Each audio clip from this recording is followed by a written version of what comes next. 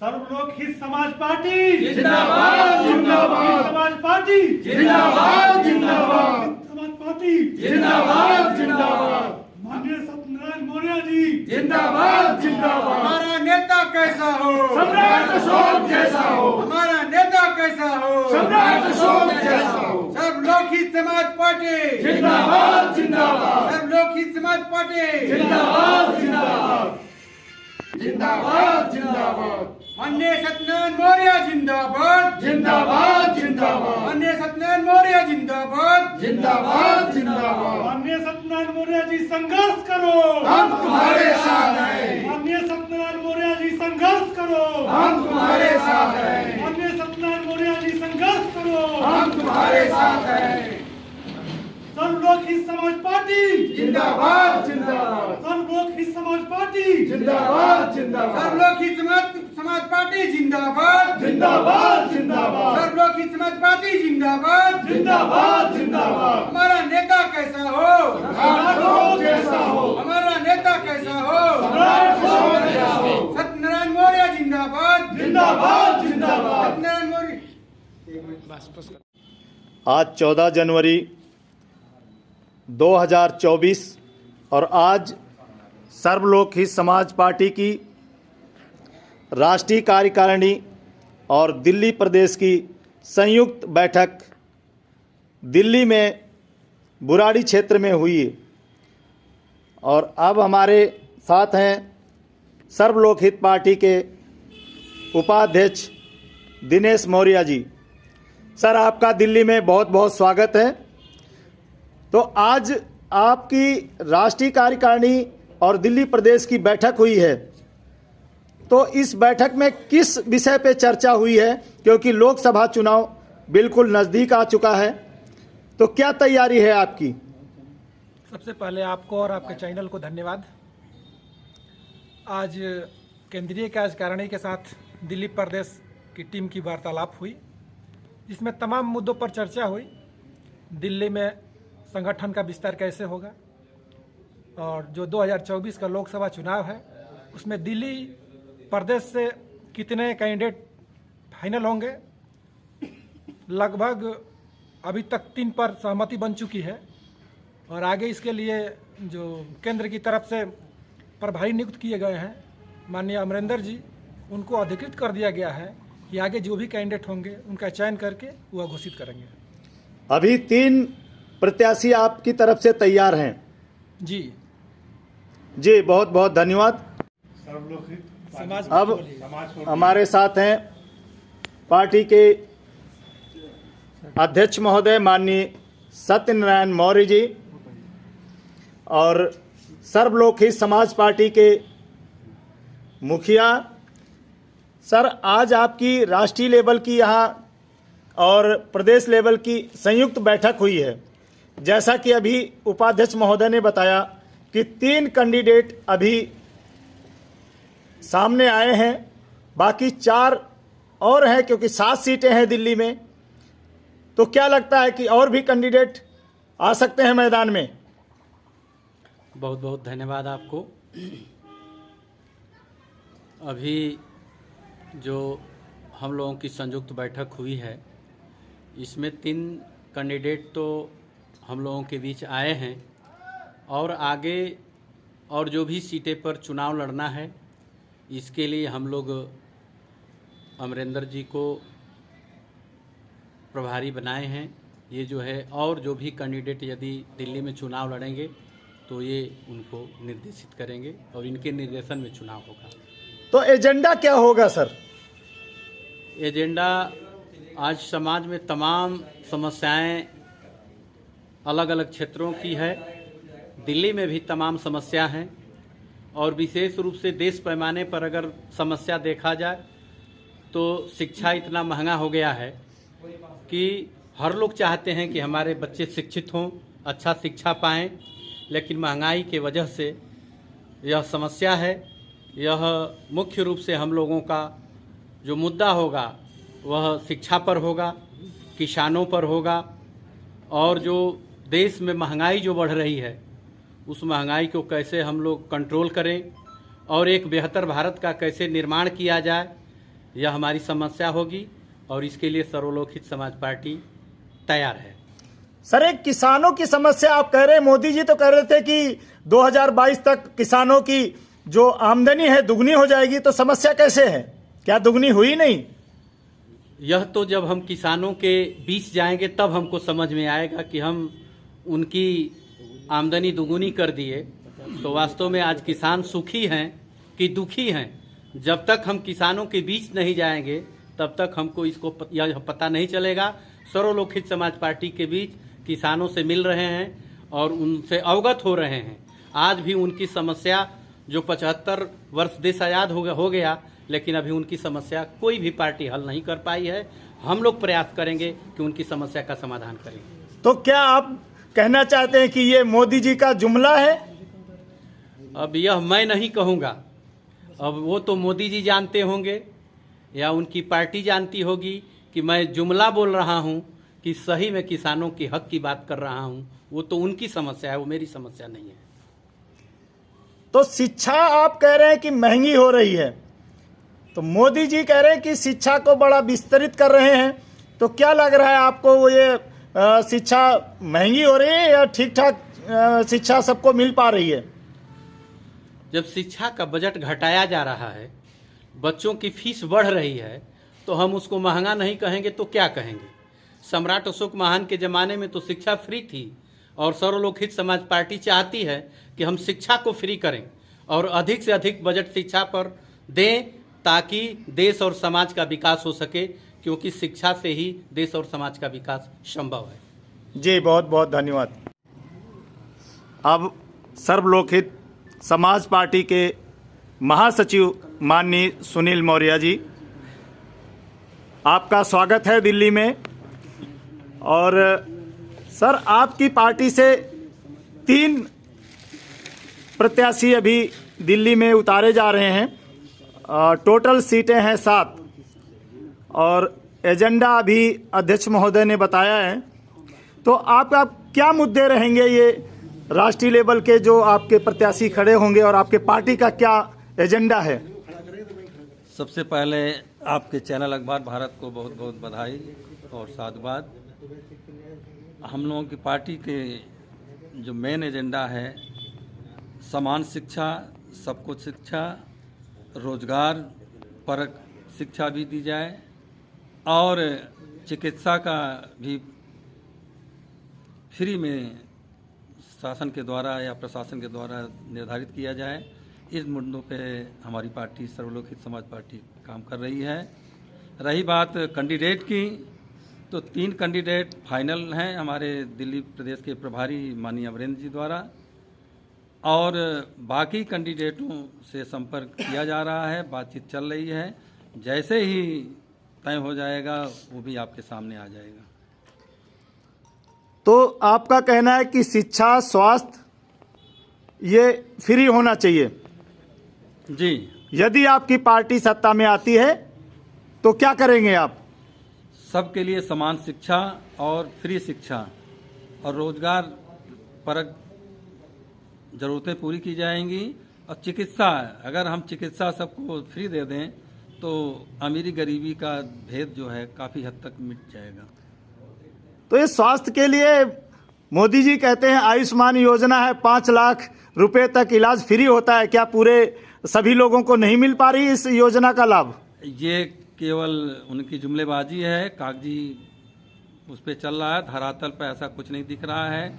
हम लोग ज़मीन से जुड़े लोग हैं, किसानों के बीच में रहने वाले हैं, तो सच्चाई हमको पता है। कहना केवल है कि सबका साथ सबका विकास, लेकिन ये वास्तव में धरातल पे नहीं दिखता है।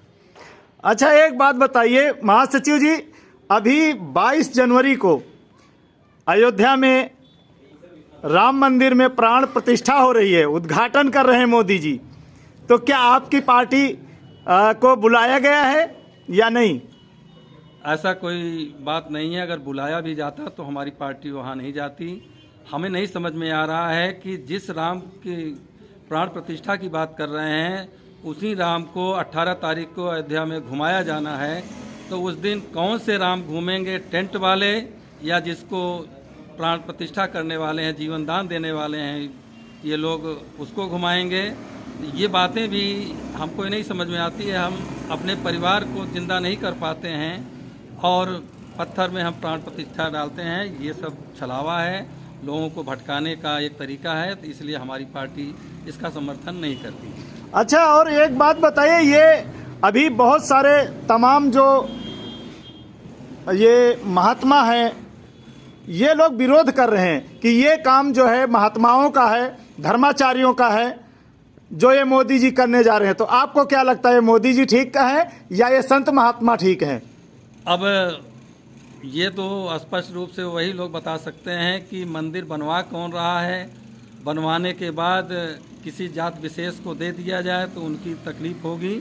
यद्यपि उसके अंदर हम बहुत नहीं जाना चाहते हैं, फिर भी जो है जो उनका आचार्यों का कहना है कई हद तक वो भी सही है, जो पहले चलता आया है। एक नई तरीके से जो ये करने जा रहे हैं, ये केवल राजनीतिक फायदे के लिए कर रहे हैं। अब इनसे राम से कोई मतलब नहीं है। राम से मतलब नहीं है। क्या लगता है आप में कोई इसमें राजनीति भी है? क्योंकि 2024 में अभी बस जस्ट कुछ महीने बाद चुनाव होना है, तो क्या इसका लाभ भारतीय जनता पार्टी को मिलेगा? लाभ तो नहीं मिलना है, लेकिन कोशिश उनकी यही है कि अधूरे मंदिर का जो प्राण प्रतिष्ठा का कार्यक्रम कर रहे हैं, ये निश्चित रूप से लगता है कि ये अपने फायदे के लिए कर रहे हैं। जी, बहुत बहुत धन्यवाद। अब हमारे साथ हैं माननीय राम रतन कुशवाहा जी, जो दिल्ली और हरियाणा दोनों प्रदेश देख रहे हैं, प्रभारी हैं और तमाम संगठनों में कार्य कर चुके हैं और अभी भी कर रहे हैं। सर, आप दिल्ली और हरियाणा दोनों देख रहे हैं, तो हरियाणा में भी आपकी पार्टी चुनाव लड़ रही है 2024 में? हाँ, हरियाणा में जो है चुनाव लड़ेगी एक सीट पे। और दिल्ली पे 3 सीट आपकी क्लियर हो गई हैं कि लड़ेंगे, बाकी पे चर्चा चल रही है जी। तो क्या लगता है आपको, किस तरह से आप लड़ेंगे? क्या मुद्दे होंगे दिल्ली के आपके? दिल्ली के मुद्दे जो कि हमारे केंद्रीय बोर्ड के लोगों ने बताया है, उससे तो आप अवगत हो गए हैं जी। और हरियाणा में जो है जो चुनाव लड़े जाएंगे, जो पार्टी ने हैंडबिल में मुद्दे दिए हैं, वो सारे मुद्दे रहेंगे। और इसके बाद जो है हमारी पार्टी का ये है कि पूरे हरियाणा में हम काम कर रहे हैं जगह जगह, लेकिन अभी वहाँ पर कैंडिडेट अभी नहीं हो पाए हैं। लेकिन हम एक सीट पर ज़रूर वहाँ लड़ाएंगे कि जिससे कि हरियाणा के जो भी समस्याएं हैं, कम से कम एक क्षेत्र से जब हम उठाएंगे तो धीरे धीरे अन्य क्षेत्रों में भी वहाँ की समस्या उठेगी और वहाँ के जनता का समाधान होगा। जी, तो आपको उत्तर प्रदेश की भी जानकारी है? कितने कैंडिडेट उत्तर प्रदेश से अभी तैयारी कर रहे हैं या मैदान में हैं? उत्तर प्रदेश में जहाँ तक एक सीट गाजीपुर की फाइनल हो चुकी है और जी। उसके बाद वहाँ भी 4-5 जगह बातचीत हो रही है, जहाँ भी संभवतः कैंडिडेट फाइनल होते जाएंगे, वो धीरे धीरे आपको बता दिया जाएगा। और बिहार के बारे में जानकारी है? क्योंकि आप तो तमाम राज्यों में घूमते हैं और देखते हैं पार्टी को, तो बिहार की क्या हालात हैं? भी बक्सर की सीट फाइनल है और उसके बाद वहाँ भी कई सीटों पर बातचीत हो रही है, वहाँ भी जैसे फाइनल होगा फिर अवगत करा दिया जाएगा। जी, बहुत बहुत धन्यवाद। हमारे साथ हैं राष्ट्रीय मीडिया प्रभारी धानिल वर्मा जी। अपना पूरा परिचय देंगे धानिल साहब।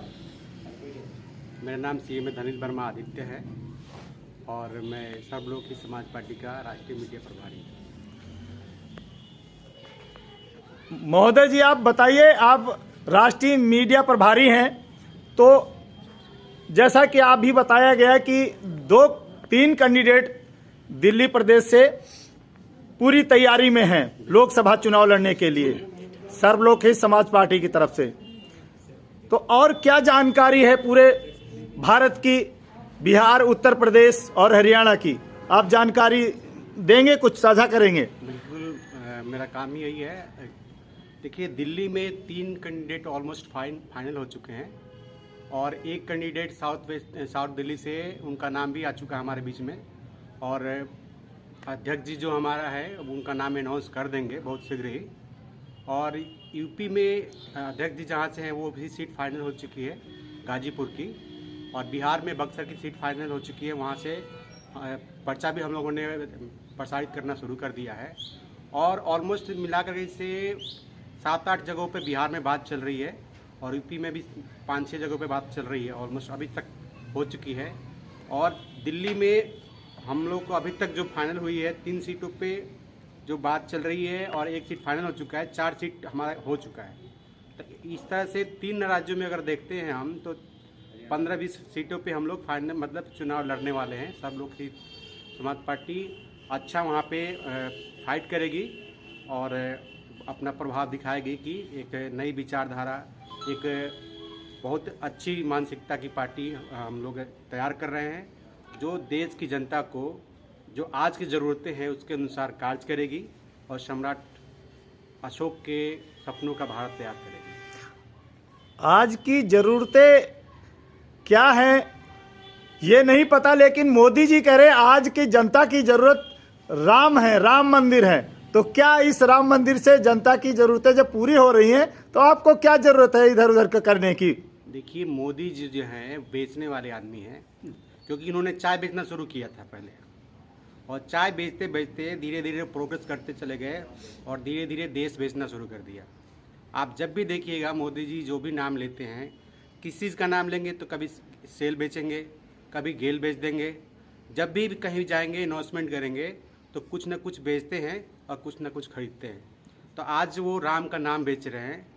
अब ये हिंदूवादी लोगों को भी ये सोचना चाहिए कि वो तो राम के भी सगे नहीं हो रहे हैं, क्योंकि हिंदूवादी विचारधारा में शंकराचार्य जो होते हैं वो सर्वोपरि होते हैं।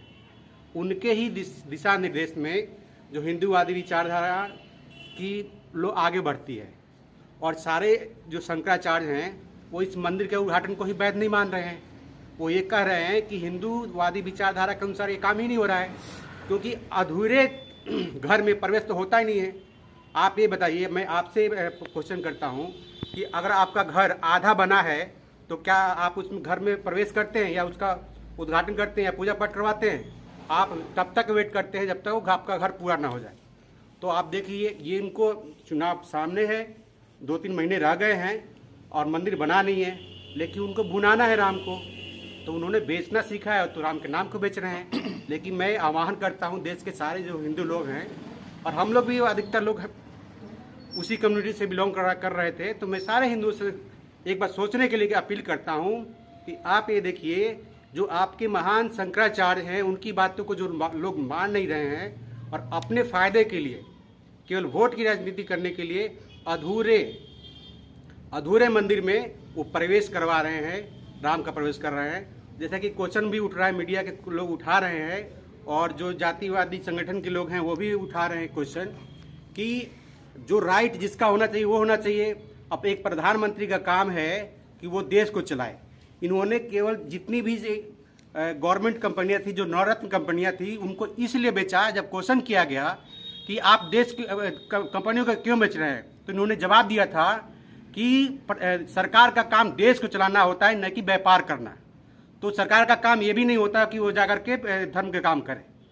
तो ये लोगों को सचेत होना चाहिए।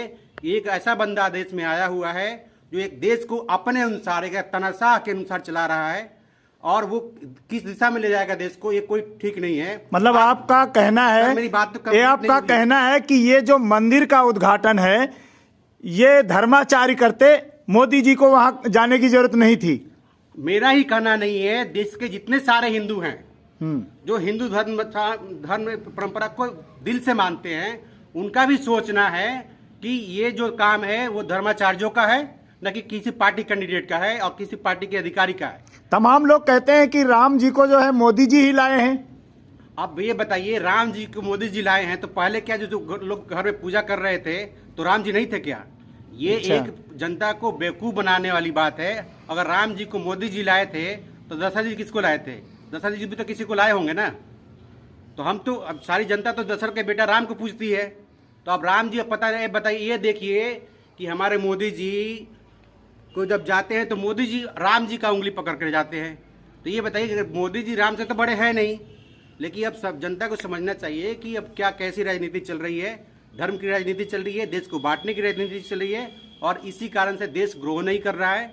आप ये देख लीजिए 70 सालों में जिस देश ने ग्रो करके कुछ भी किया हो, हमने 70 सालों में 65 लाख करोड़ रुपए का कर्जा लिया था।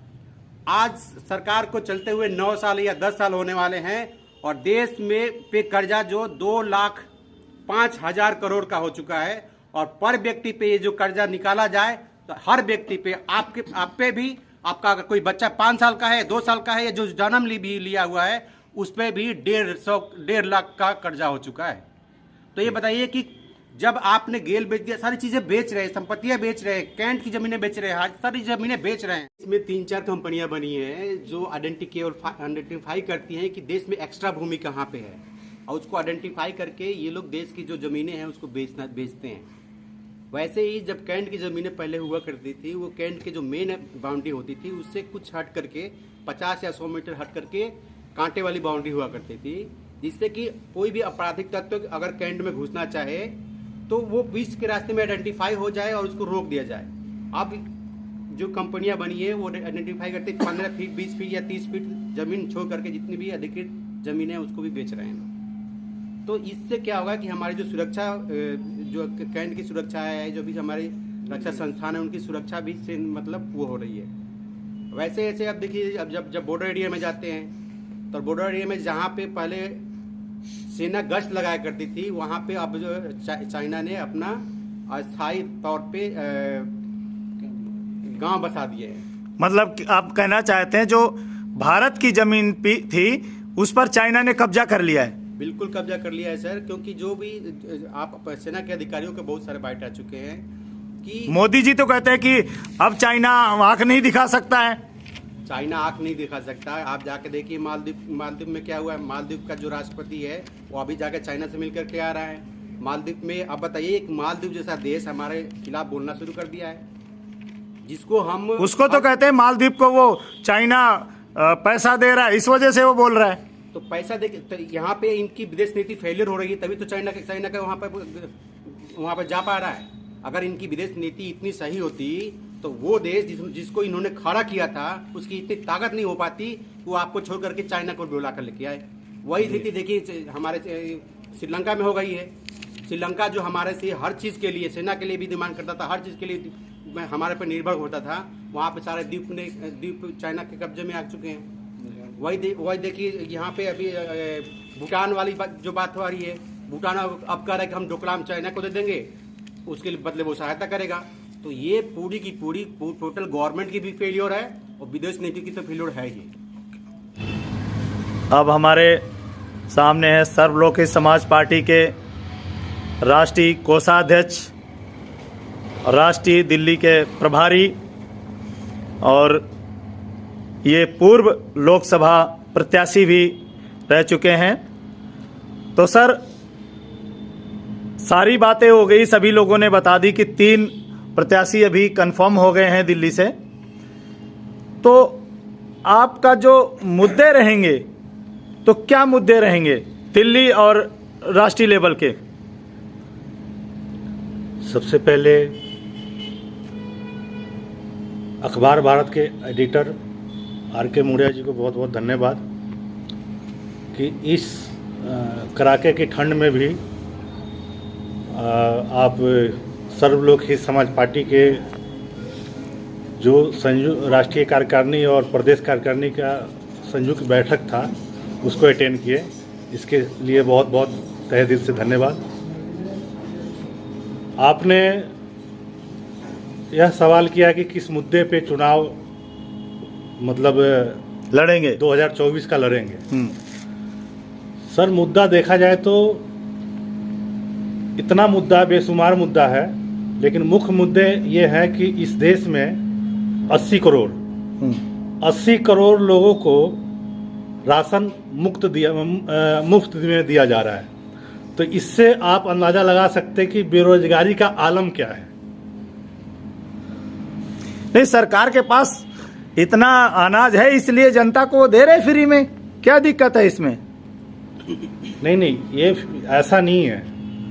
कि इस देश में अनाज ज़्यादा है तो फ्री में दे रहे हैं। इस देश के लोगों को बेरोजगार बना दिया गया है, इसलिए 80 करोड़ लोगों को मुफ्त में अनाज देने की आवश्यकता पड़ रही है।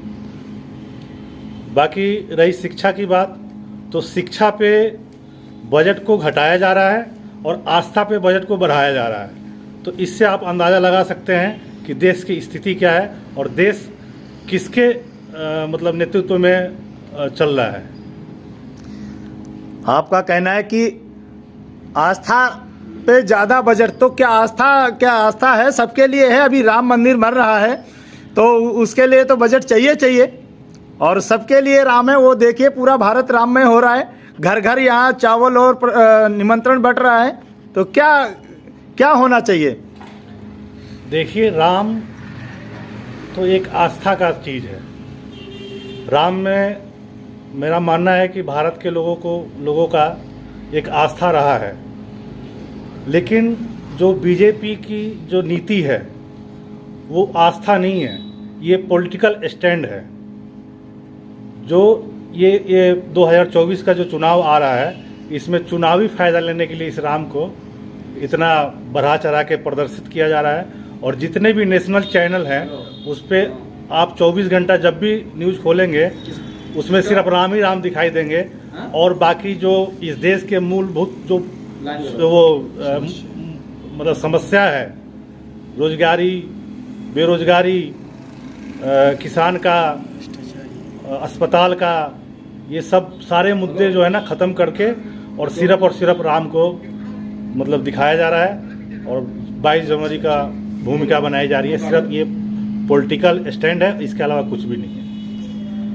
तो आप देखिए, जैसे अभी 5 राज्यों में चुनाव हुआ और ज़्यादातर राज्यों में भारतीय जनता पार्टी जीती है, तो आपको क्या लगता है कि यहाँ फिर भारतीय जनता पार्टी जीत सकती है कि नहीं? नहीं, उसमें जो गठबंधन बना था पहले, अच्छा, इंडिया गठबंधन बना यहाँ पे भारत में, और कुछ लोगों ने बनाया मिलके। कुछ लोगों ने क्या कि बहुत बुद्धिजीवी लोग मिले और बनाए इसमें। और बनाने के बाद जो है जो कांग्रेस पार्टी के मुखिया जो थे राहुल गांधी जी, तो राहुल गांधी जी ने भूपेश बघेल जी का कोई मुद्दा जो है प्रचारित नहीं किया कि भूपेश बघेल छत्तीसगढ़ में कितना अच्छा काम किए। अभी हाल ही में बिहार में जनगणना हुआ, नीतीश जी ने बड़ा मेहनत किया और बहुत अगुवाई की उसकी, और जनगणना कराया, संपन्न कराया। वहाँ तेजस्वी जी थे और तमाम बहुत सारी पार्टियां जी थी, जिसमें हमारी भी पार्टी थी कि जो जातीय जनगणना है वो हो, और हम लोगों सभी लोगों के प्रयास से मतलब जाति की जनगणना हुई। लेकिन राहुल गांधी ने इसका बिल्कुल भी प्रचारित नहीं किया कि हाँ, यहाँ पे बिहार में नीतीश जी ने कुछ काम किया, ताकि छत्तीसगढ़ में, मध्य प्रदेश में, राजस्थान में इसका असर जाए। सिर्फ और सिर्फ एक मतलब समझिए कि इन जितने भी बड़े बड़े नेता थे राजस्थान में, अगर गहलोत जी की एक भी मतलब वो काम को गिनवा देते राहुल जी अपने मुख से, तो राजस्थान में आज गहलोत जी सीएम होते हैं। तो यहाँ दिल्ली में मैं देख रहा हूँ कि तमाम जगह प्रदर्शन हो रहे हैं, ईवीएम मशीनों का भी विरोध कर रहे हैं। तो आपको क्या लगता है, इसमें कुछ गड़बड़ होती है? देखिए, जहाँ तक ईवीएम का सवाल है, ईवीएम तो वाकई में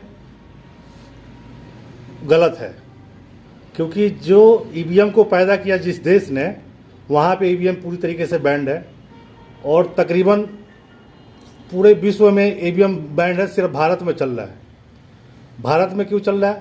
अब ये एग्जाम्पल के तौर पे लगाइए कि यहाँ पे बैठ के वैज्ञानिकों ने चंद्रयान को चांद पे उतार दिया और यहाँ से कंप्यूटराइज करके और यहाँ से रिमोट से उसको कंट्रोल कर रहे हैं। तो क्या ये लोहे की छोटी सी चीज़ कंट्रोल नहीं किया जा सकता है?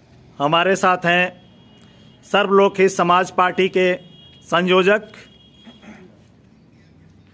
राष्ट्रीय संयोजक, और ये एक महान कवि भी हैं। तो मैं चाहूँगा ये अपना परिचय स्वयं दें। जी सर। मैं राम वकील आनंद कुशवाहा गाजीपुर उत्तर प्रदेश से हूँ और सर्वलोकहित समाज पार्टी का मुझे राष्ट्रीय संयोजक का दायित्व दिया गया है, जिसे मैं ईमानदारी पूर्वक निभाने का प्रयास कर रहा हूँ। जी, तो आप एक महान कवि भी हैं, तो मैं सुनना चाहूँगा कि आपके पार्टी का जो उद्देश्य है, लक्ष्य है, तो आप मैनिफेस्टो है, तो आप अपने उसी अंदाज में बताएं। किसी कवि की मुझे कुछ पंक्तियाँ याद आ रही हैं। कर्म ही पूजा है, फल जरूर निकलेगा। सर्वलोक हित समाज पार्टी का सूरज भी जरूर निकलेगा। बस मुश्किलों में बस होश न खोना, हर मुश्किल का हल जरूर निकलेगा। कोशिशों से कभी भी किनारा न करना, पत्थर के नीचे से जल जरूर निकलेगा। कांटों हंसकर काली रातें, सस्पा का भी सूरज आज नहीं तो कल जरूर निकलेगा। आज नहीं तो कल जरूर निकलेगा। जी, बहुत खूब, बहुत खूब। आपको भी बहुत बहुत धन्यवाद और आपके चैनल को भी बहुत बहुत शुभकामनाएं। बहुत बहुत धन्यवाद। अभी हम लोग आए हुए हैं सर्वलोकहित समाज पार्टी की राष्ट्रीय केंद्रीय कार्यकारिणी और दिल्ली प्रदेश की संगोष्ठी चल रही थी। इसके बीच में हमारे बीच में बैठे हुए हैं विनोद कुशवाहा जी। सर, आपका नाम विनोद कुशवाहा है जी। और ये सर सर्वलोकहित समाज पार्टी के एक वरिष्ठ कार्यकर्ता है, बहुत ही तन मन और धन से पार्टी के लिए लगे रहते हैं। तो चलिए इनसे बात करते हैं कि आज की कार्यकारिणी में क्या हुआ और ये लोग क्या करना चाह रहे हैं। जी सर। मैं विनोद प्रसाद कुशवाहा, सर्वलोकहित समाज पार्टी का कार्यकर्ता, और इस पार्टी के लिए हम अपना सहयोग योगदान जितना हो सकता है उतना मैं कर रहा हूँ, आगे करूँगा। और मैं चाहता हूँ कि देश में एक ऐसा प्रधानमंत्री बने, एक ऐसा प्रधानमंत्री आए चुन करके जो आगे साइंटिफिक तरीके से देश को लीड करे। आजकल देश में बहुत ज़्यादा धार्मिक गतिविधि चल रहा है और धार्मिक गतिविधियों से कभी देश का भला नहीं हो सकता है। कुछ लोगों को, चंद लोगों का तो फायदा हो सकता है, लेकिन पूरे देश का नहीं हो सकता।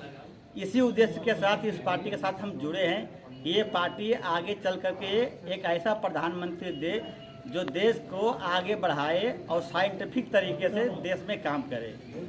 तो थैंक यू सर जी। और सर, ये लोग तो कह रहे हैं कि मंदिर बनेगा वहाँ पे, तो मंदिर से रोजगार पैदा होगा, वहाँ पे लोग देखने के लिए आएंगे, तो वहाँ पे पैसा क्रिएट होगा, व्यापार बनेगा। तो आप क्या कहना चाहते हैं? सर, अगर मंदिर से रोजगार पैदा होता तो जितने भी धार्मिक संस्थान है इसके जगह पे जितने भी और चीज़ें हैं, स्कूल है, कॉलेज है, इन सबको बंद करके मंदिर खोल दिया जाए ताकि ज़्यादा से ज़्यादा लोगों को रोजगार मिल सके। जी जी, बहुत। देखिए, हमने सारे सर्वलोकहित समाज पार्टी के पदाधिकारियों से बात किया, उनके अधिकारियों से बात किया और इनके इवेंट कार्यकर्ताओं से भी बात किया। तो सर्वलोकहित समाज पार्टी के सारे लोग, पदाधिकारी से लेकर अध्यक्ष से लेकर के महासचिव से लेकर के इवेंट कार्यकर्ता तक भी साइंटिफिक टेम्परामेंट की बात कर रहे हैं, जो भारतीय संविधान का एक मूल्य अंग है।